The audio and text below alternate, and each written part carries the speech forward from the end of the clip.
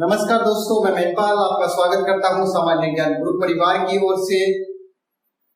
मैं सामान्य ज्ञान ग्रुप परिवार की ओर से आपके लिए आज जो हिंदी की क्लास लेके आया हूं। और हिंदी की जो हमारी क्लास चल रही है उसके अंदर हम आज जो पढ़ने वाले हैं वो रहेगा संधि। कौन सा टॉपिक रह रहा है हमारा? संधि टॉपिक हम करने जा रहे हैं। और संधि के अंदर हमारी कई क्लासें हो चुकी है। आज हम जो करने जा रहे हैं वो है विसर्ग संधि। कौन सी है दोस्तों? विसर्ग संधि।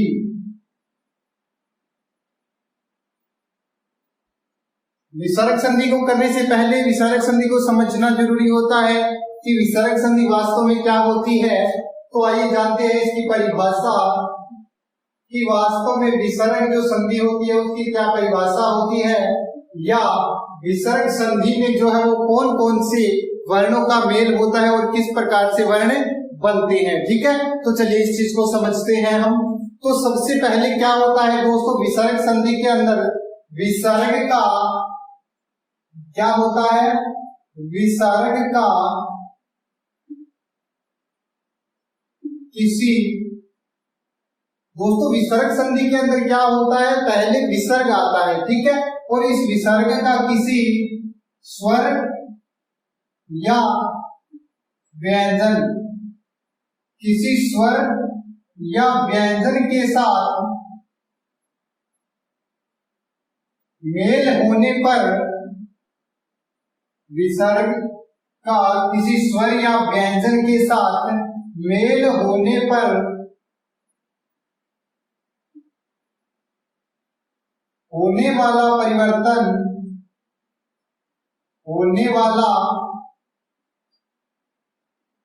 परिवर्तन, या कहा जाता है इसको विकार। होने वाला विकार या परिवर्तन विसर्ग संधि कहलाता है। क्या कहलाता है दोस्तों? विसर्ग संधि। तो दोस्तों आपको ये समझ में आया होगा कि विसर्ग संधि के अंदर क्या होता है, किसी स्वर या व्यंजन का मेल होता है किसके साथ, यानी विसर्ग का किसी स्वर या व्यंजन के साथ मेल होता है। ठीक है, यानी कि विसर्ग होता है वो किसी स्वर या व्यंजन के साथ जुड़ता है। तो हमारे सामने शब्द आया है विसर्ग। क्या आया है दोस्तों? विसर्ग। तो इसको भी समझ लेना है हमें कि विसर्ग वास्तव में होता क्या है। ठीक है, तो जो हमने स्वर और व्यंजन किए थे उसके अंदर मैं विसर्ग बता चुका कि क्या होता है। फिर भी एक बार और आपको बता देता हूं समझने के लिए, क्योंकि हमारा चैप्टर यहाँ चल रहा है तो यहाँ पे भी बताना जरूरी होता है। ठीक है, तो दोस्तों कोई भी हम शब्द लिखते हैं उसके अंत में इस प्रकार से दो बिंदु लगाते हैं। ठीक है, जैसे अंग और अह लिखते हैं। जो स्वर का लास्ट में हम लिखते हैं, एक तो लिखते हैं अंग अनुस्वार, और इसका उच्चारण जो है वो विसर्ग के समान होता है। ठीक है, तो ये दो बिंदु होता है, इसको विसर्ग कहा जाता है। ठीक है, तो आपको समझ में आया होगा विसर्ग क्या होता है। ये विसर्ग का चिन्ह रहता है और कहां पे लगता है, देखिए इस प्रकार से अपने लिखते हैं अतः। तो इसके अंत में जो ये बिंदु लगाते हैं इसका उच्चारण जो होता है वो किसके समान रहता है, यानी इसका उच्चारण, देखिए दोस्तों विसर्ग का उच्चारण बता रहा हूं, उच्चारण अह के समान रहता है। ठीक है हलंत है, अह के समान इसका उच्चारण होता है। ठीक है, कैसे बोलेंगे इसको? अतः। ठीक है, इस प्रकार से इसका उच्चारण करेंगे। तो विसर्ग आपको समझ में आया होगा, विसर्ग इसे कहा जाता है। ठीक है, इसका जब मेल होता है तो इस स्वर के साथ हो या व्यंजन के साथ हो तो कौन सी संधि होती है, वहां पे विसर्ग संधि जो है वो रहती है। ठीक है, तो यहां तक आपको समझ में आया होगा। चलिए बढ़ते हैं आगे इसके नियम की ओर, क्योंकि इसके कुछ नियम भी है।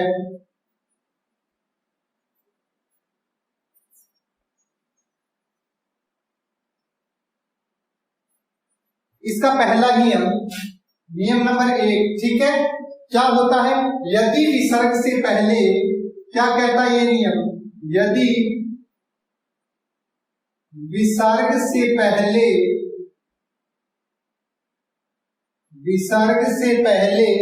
ए के अलावा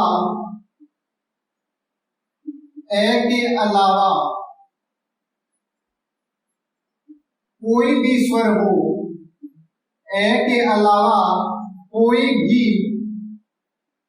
स्वर हो तथा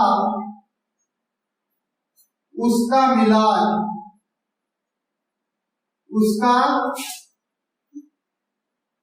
मिलन किसके साथ हो दोस्तों? कोई भी घोष वर्ण के साथ हो, उसका मिलन जो है किसी भी घोष वर्ण के साथ हो, घोष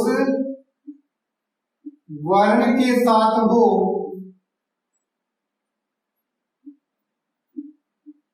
तो क्या बनेगा? देखिए, तो क्या होता है, विसर्ग का रे हो जाएगा, तो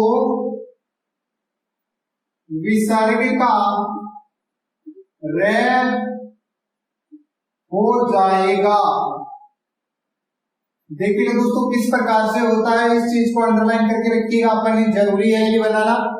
क्या कह रहा है, इस परिभाषा को समझिए कि यदि विसर्ग नहीं, यहां से नहीं स्टार्ट होना, सॉरी, यदि विसर्ग से पहले ए हो, ठीक है, विसर्ग से पहले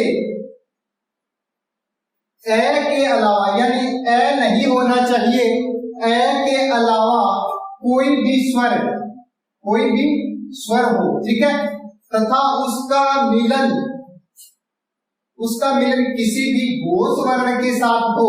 अब यहाँ पे एक चीज और समझने की जरूरी है कि घोष वर्ण क्या होता है, ठीक है, इसको भी एक बार रिपीट कर लेते हैं, दोहरा लेते हैं। घोष वर्ण कौन कौन से होते हैं? देखिएगा दोस्तों, प्रत्येक वर्ग का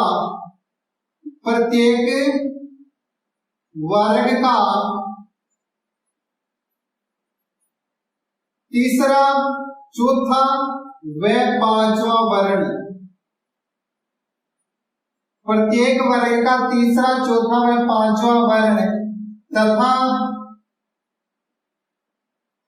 ये रे ले वे है और सारे स्वर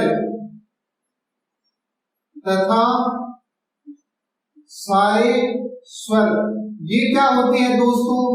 घोष वर्ण होते हैं। क्या कहलाते हैं? घोष वर्ण कहलाते हैं, ठीक है। कौन कौन से थे? प्रत्येक वर्ग का तीसरा, चौथा और पांचवा वर्ण, ठीक है, ये ले वे है और सारे के सारे स्वर क्या होते हैं? घोष वर्ण होते हैं, ठीक है। यानी कि इनका उच्चारण करते समय क्या होता है? गर्जना पैदा होती है, ठीक है। स्वर जो है, व्यंजन जो है वो गूंजते हैं, ठीक है, वो क्या होते हैं? घोष वर्ण होते हैं। और इसको समझने के लिए विष्णु जी है एक, उन्होंने ट्रिक दी है इसको समझने के लिए, बहुत ही शानदार ट्रिक है उनकी। वैष्णव जी है, उनकी ट्रिक है, क्या है वो बताते हैं कि 3 4 5, क्या बताते हैं वो, इसको समझिएगा। 3 4 5 यारों में, 3 4 5 यारों में लब हो रहा है, 3 4 5 यारों में लब हो रहा है, जिनका स्वर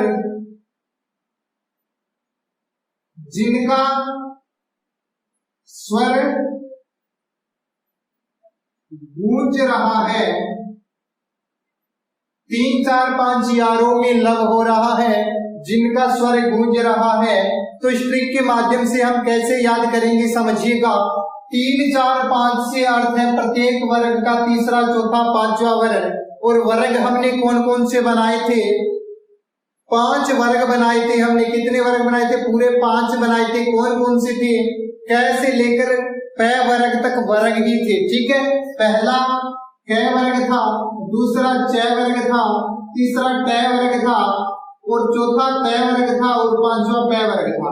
इन सब वर्ग के तीसरा, चौथा और पांचवा वर्ण था जो घोष वर्ण था। कै और खे को छोड़ना है, तीसरा ग, घ और अंग ये लेना है, ठीक है। तो तीसरा, चौथा और पांचवा, ठीक है।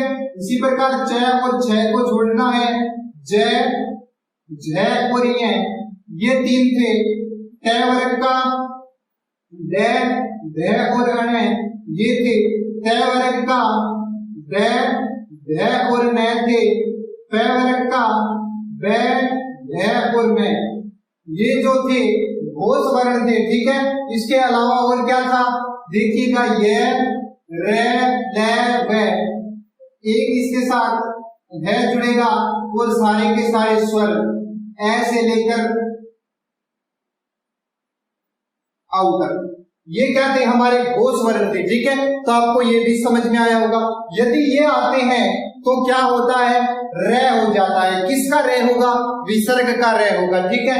देखते हैं किस प्रकार से होता है। मैं इसको इरेज कर रहा हूं एक बार, क्योंकि हमने एग्जाम्पल भी लिखे, इसके उदाहरण के माध्यम से हम समझने जा रहे हैं। क्योंकि कोई भी चीज है मैं बिल्कुल आराम से करवा रहा हूं, और उदाहरण के माध्यम से जब किसी चीज को समझा जाता है तो अच्छे से क्लियर जो है वो हो जाता है, ठीक है। तो चलिए उदाहरण लेते हैं इसके। सबसे पहले देखिएगा आशी आता है हमारे सामने, एक शब्द लिखा हुआ है आशी, और इसके साथ विसर्ग लगा हुआ है। आशी के साथ क्या है, विसर्ग है, और इसके साथ में क्या जोड़ेंगे हम, वाद जोड़ेंगे। आशी के साथ में क्या जोड़ेंगे, वाद जोड़ेंगे, ठीक है। तो बनाइएगा फटाफट से, देखते हैं क्या बनाते हो आप। आशीर्वाद, दोस्तों फटाफट से मुझे लिख के दिखाइएगा आशीर्वाद कैसे लिखते हो आप, इसमें देख लीजिएगा, तब तक मैं इसको क्लियर करवा रहा हूं आपको।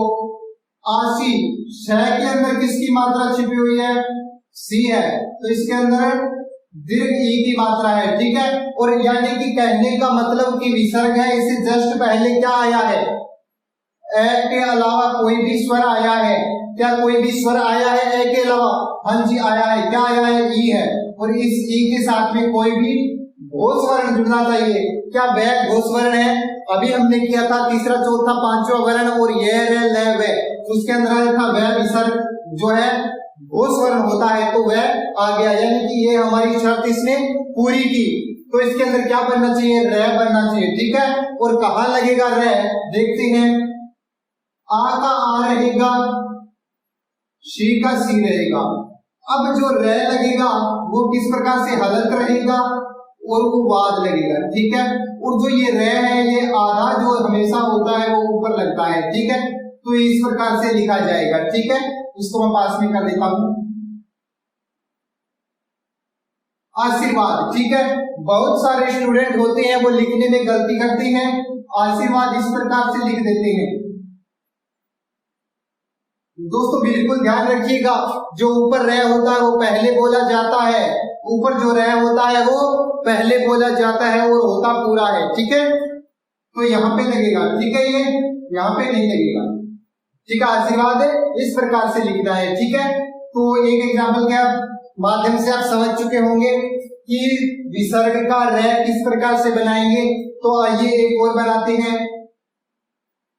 हमारे सामने शब्द है दू, और इसके साथ लगा हुआ है विसर्ग, और इसके बाद आता है दशा।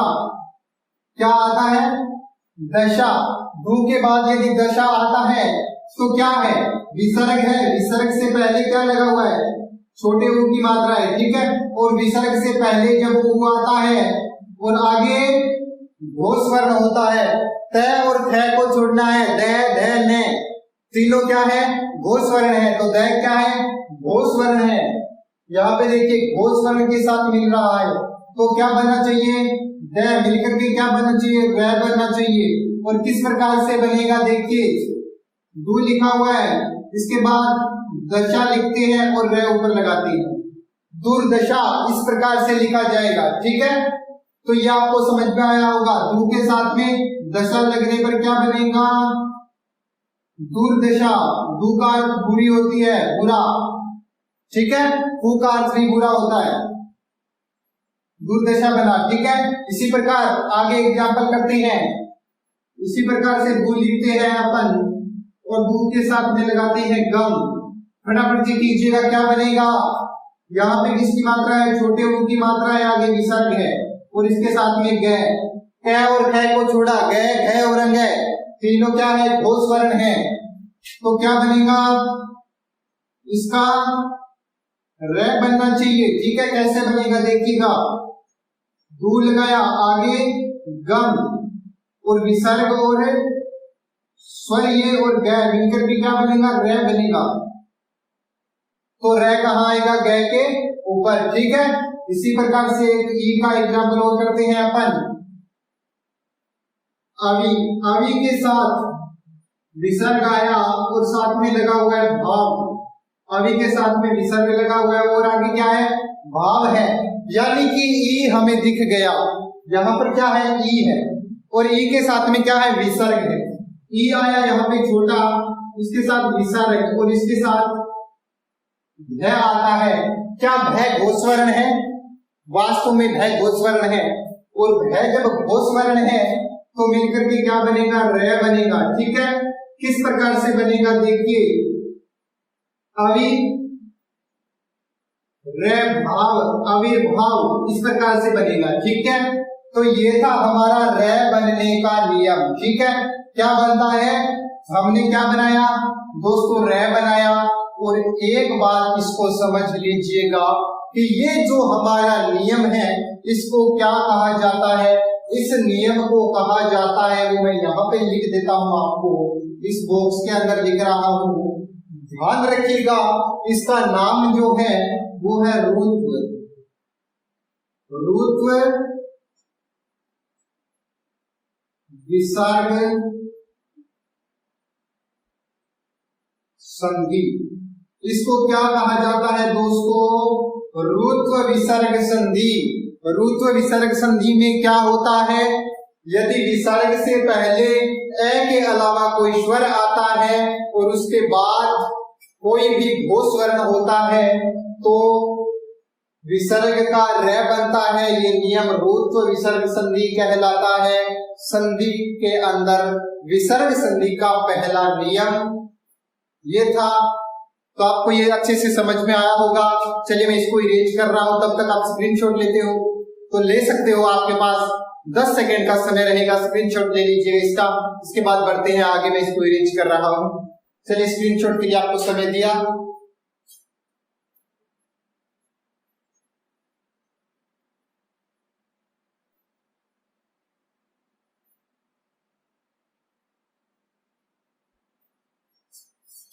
चलिए करते हैं इसका नियम दूसरा, और दूसरे नियम में क्या बनता है देखते हैं।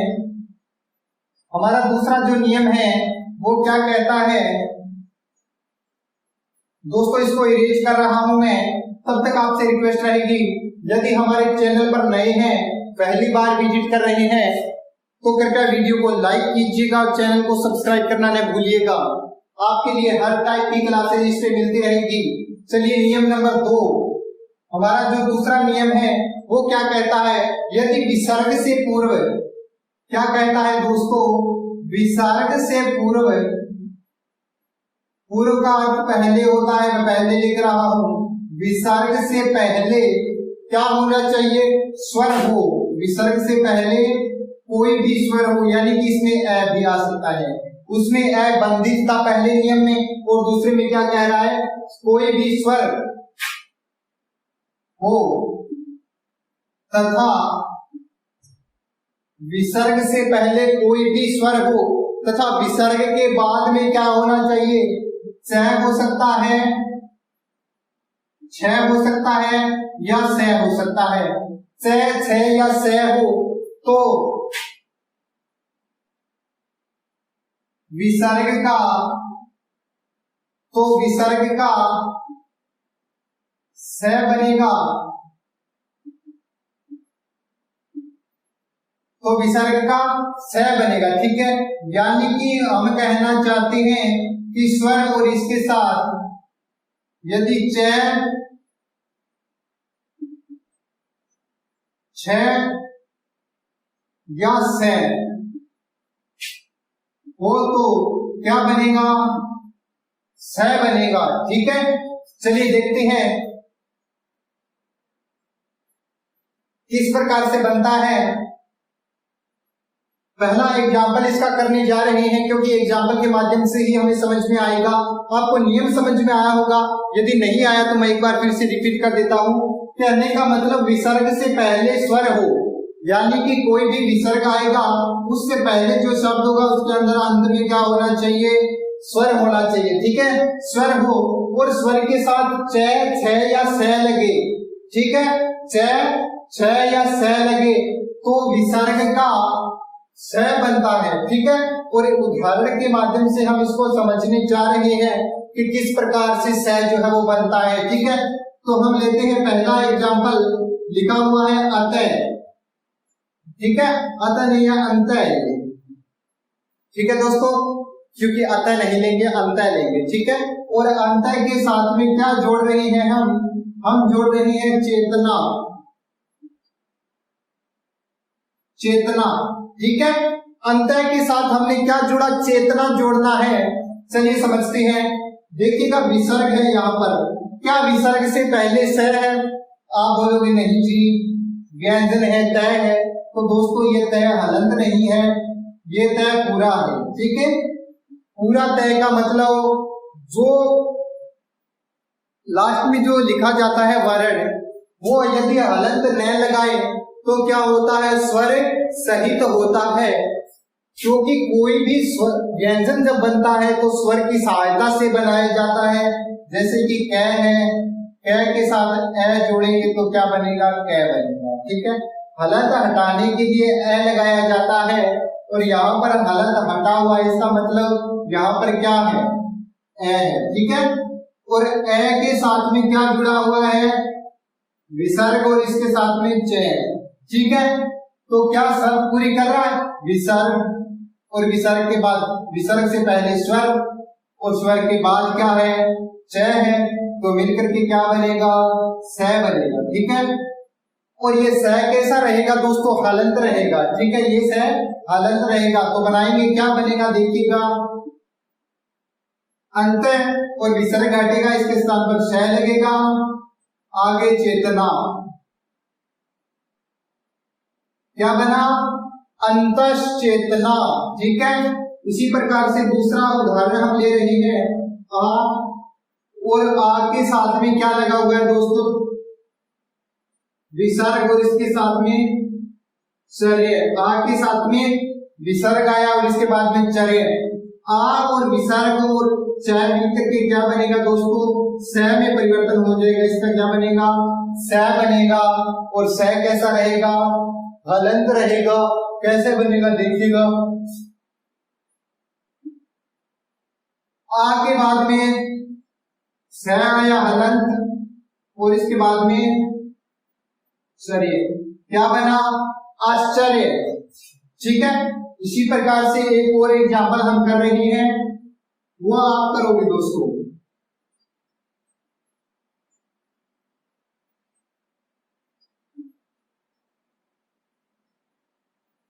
निश्चल, इसका फटाफट से आप संधि विच्छेद करके दिखाइएगा, मैं देखना चाहता हूं कि आप कर पाते हैं, क्योंकि अच्छे शिष्य हो, तैयारी करने वाले हो। चलिए आप इनका बहुत अच्छा लगा। नी आया दोस्तों, इसके साथ में विसर्ग लगा, और इसके साथ में क्या लगेगा, छल, और क्या बनेगा, इसके साथ कौन सी मात्रा है, छोटी ई की मात्रा है, विसर्ग है, और इसके साथ में छह मिला। क्या नियम छह को कहता है, बिल्कुल मानता है। छह आने पर भी क्या बनता है, छह बनता है। तो छह किस प्रकार से बना, निश्चल, ठीक है। ये शब्द और ये शब्द बिल्कुल सेम होना चाहिए, वास्तव में बिल्कुल एक है, तो हमारा ये नियम भी कारगर सिद्ध हुआ। तो हमारे दो नियम पूरे हो चुके हैं, किसके, विसर्ग संधि के, ठीक है। एक तो रुत्व का नियम पढ़ा था, एक सह बनने का नियम जो है हमारा पूरा हुआ, ठीक है। तो मिलते हैं एक और नई क्लास के साथ, तब तक के लिए अलविदा दोस्तों, धन्यवाद, शुभ दिन।